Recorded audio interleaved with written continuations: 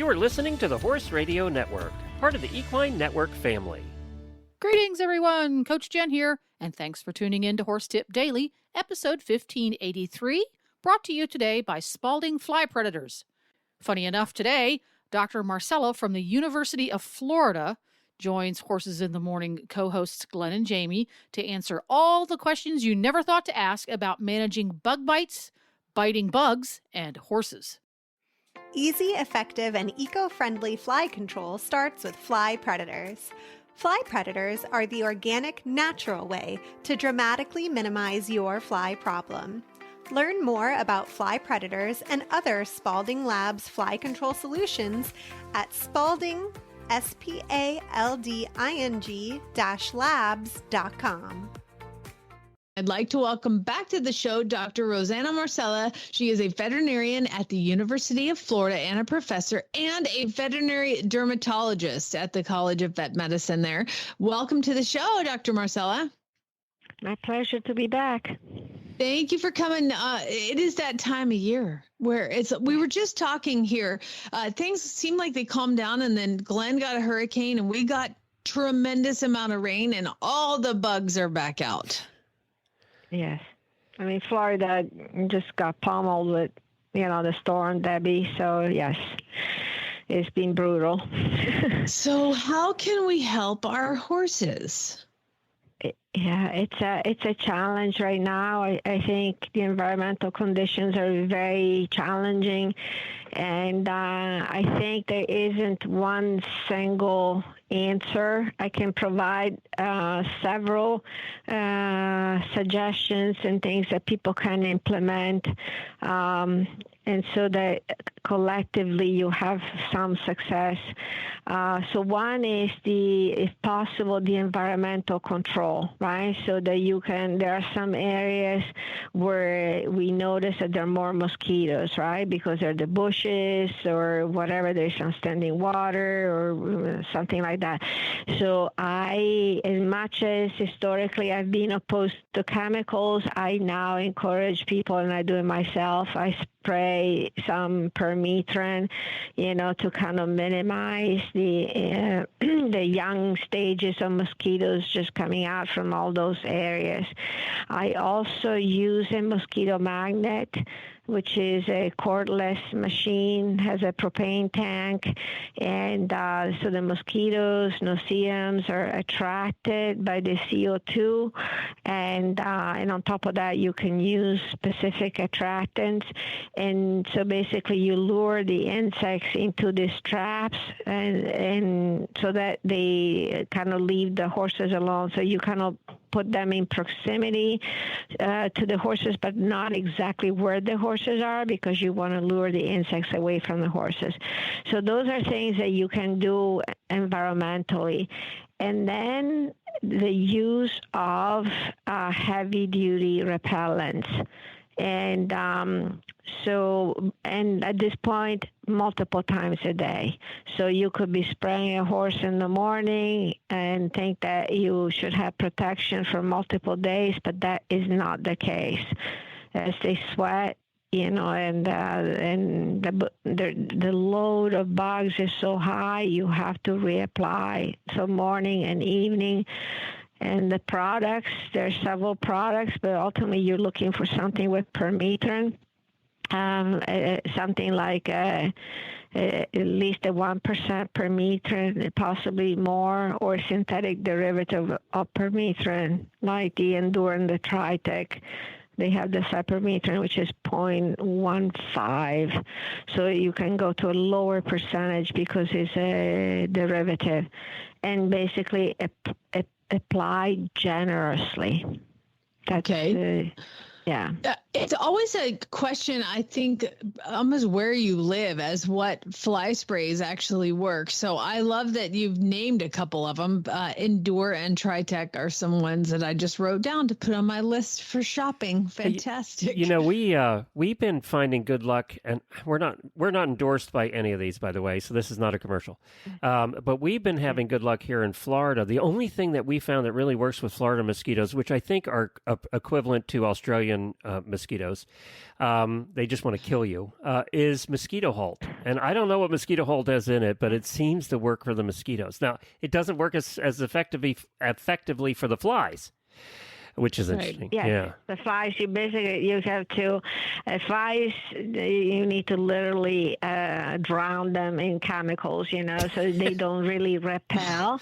So that's the thing, you use as an insecticide, so as the fly is on the horse, that you effectively kill it that way. But yes, Mosquito Halt is one of them. It's not as strong as the Tritech or the Endure, but also has a combination of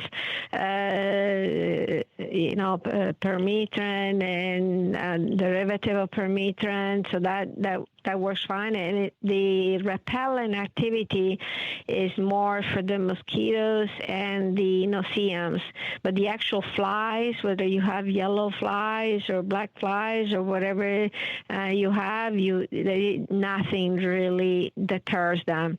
For the black fly, one thing that can help is, and I don't know if you're familiar with it, to have the black sticky balls, that you hang from lower branches. So the black flies are attracted to shiny color.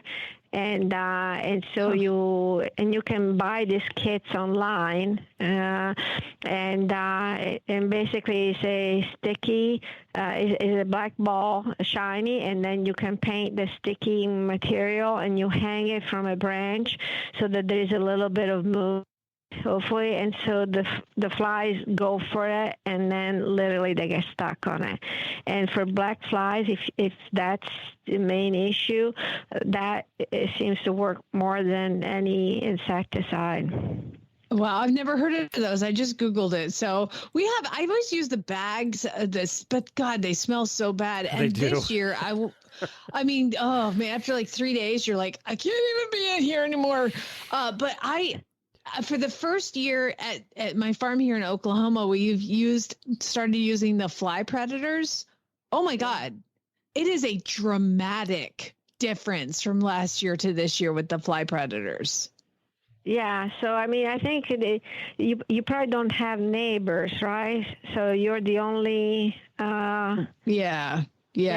Because I think that is a good additional strategy, assuming that basically you don't have a bunch of other people around you also with animals and not using the fly predators, and so you don't make a dent, So I tried them, but I have people around me as well, and so unless everybody is on the same program, you may not see a great difference. But yeah, wow. I think these are all possible strategies. Yes. Before we get into actually, what you do when your horse comes in, he's completely bug bitten all over.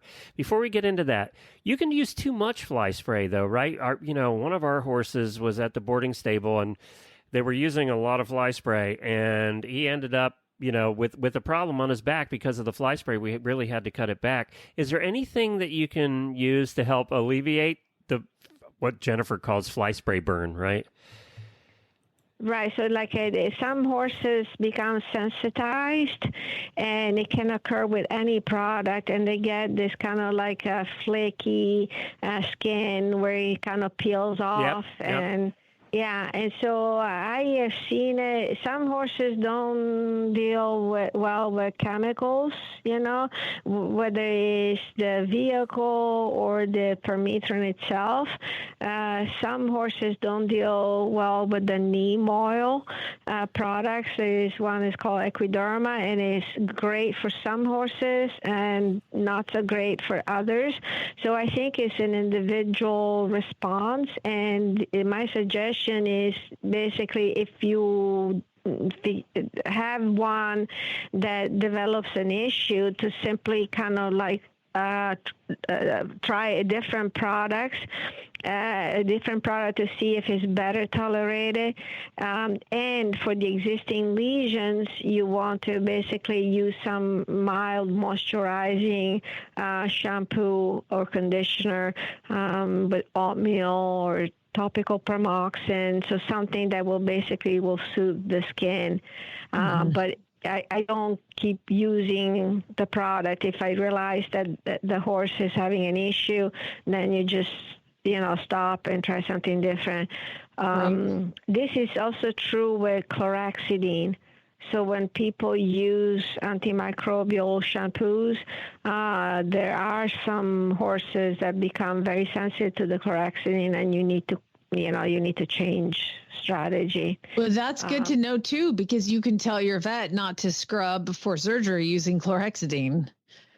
Right. So it's like, and people too, right? So there are some of us that become sensitized to the chlorhexidine scrub. And so chlorhexidine is a strong sensitizer, so has good qualities. But in some cases, once you become sensitized to it, then you need to just change altogether. Yeah. Before we run out of time, I saw something in the article that you put, and I have never thought of this, but say you have a horse that is incredibly itchy. One of the things that you talked about was putting about 6 mils of dexamethasone Dex in the bottle of fly spray, so that when you spray the horse, it actually helps the itching. Yes. It's obviously quackery, right? Because it's like, so there is no scientific study that was run. It's just based on clinical experience.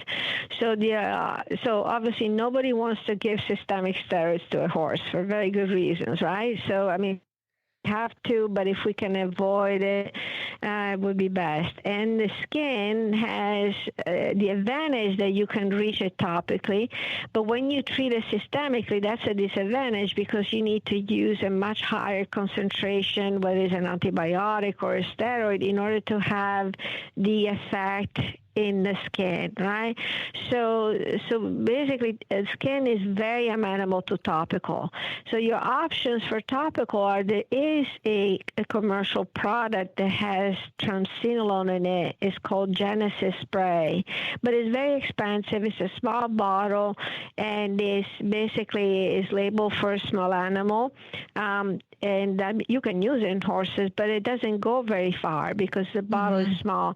So what I did years ago, I calculated the equivalent percentage that is in that product, and I used dexamethasone, because it's very accessible to most people and is inexpensive, and that's what I ask my clients to do, and I do it myself if one of my guys is very itchy.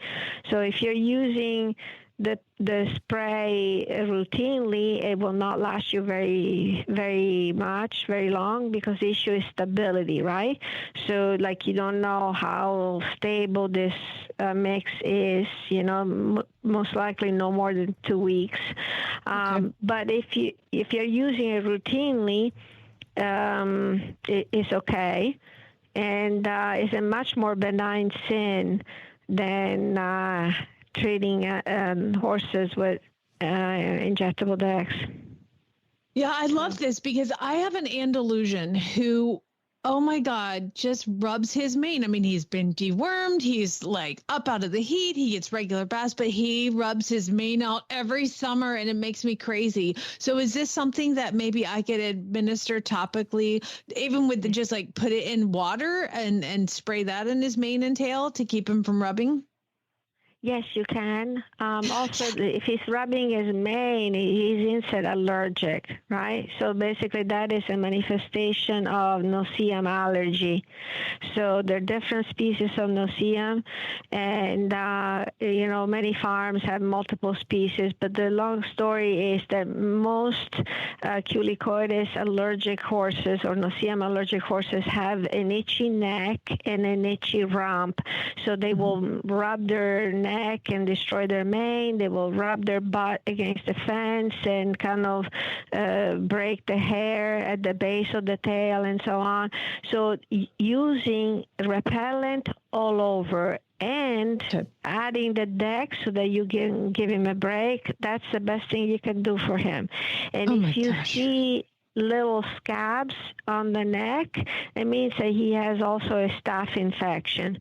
So in the air, anytime you feel scabs, then you can get a chlorhexidine spray and basically spray all those scabby areas so that you kill staphylococcus.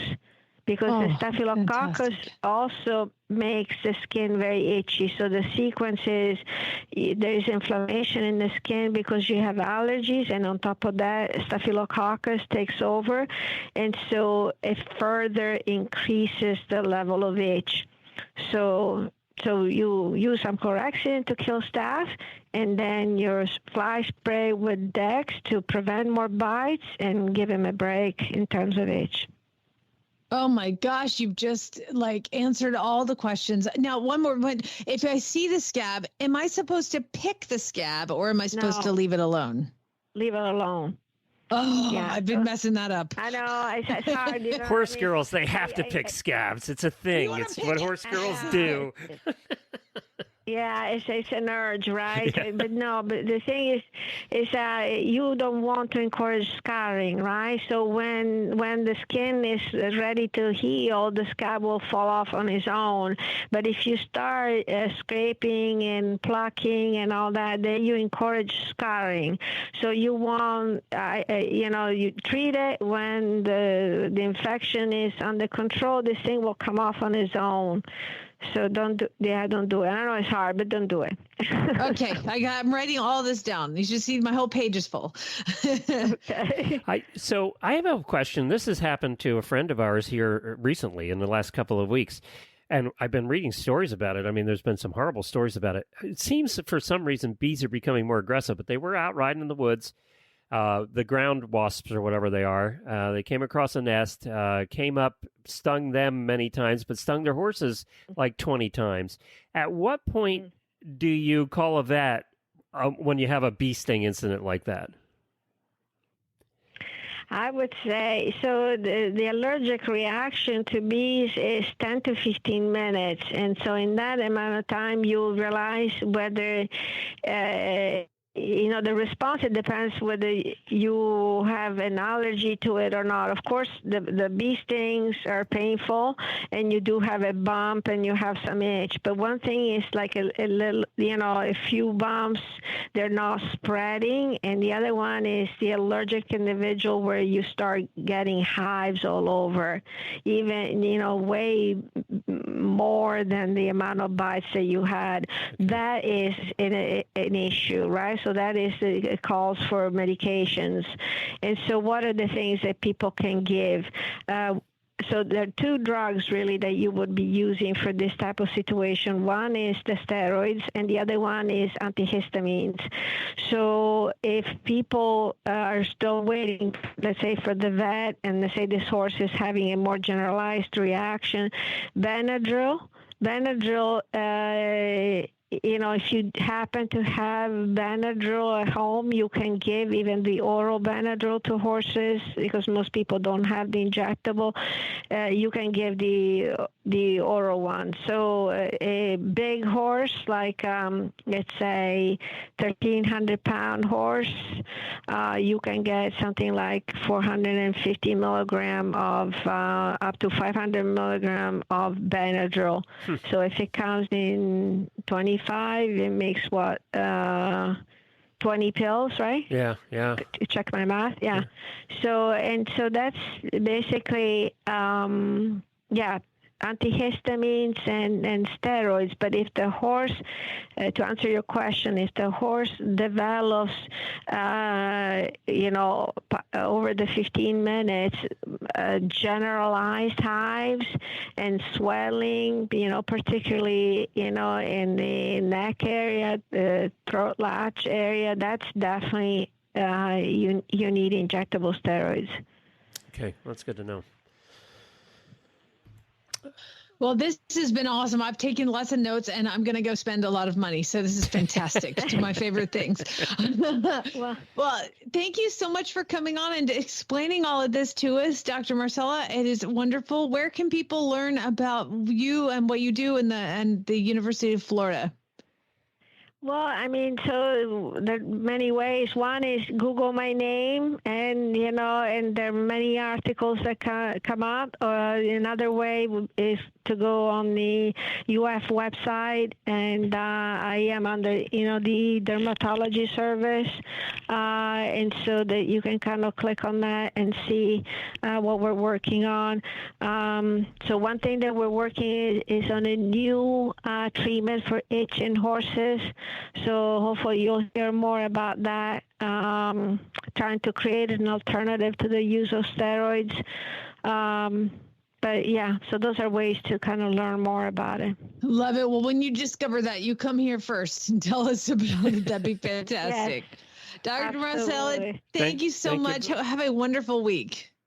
Yes, thank you. Same to you. All right, bye-bye. Bye-bye. Well, there you have it. Horse Radio Network has thousands of engaging podcasts for horse people, and you can have them sent right to your phone. Just subscribe via your favorite podcast player. This is Coach Jen, and I will be back again soon with another tip. Until then, go ride your horse. The Horse Radio Network and the Horse Radio Network hosts are not responsible for statements made by guests on the Horse Tip Daily. Please use your own judgment when listening to the tips on this show.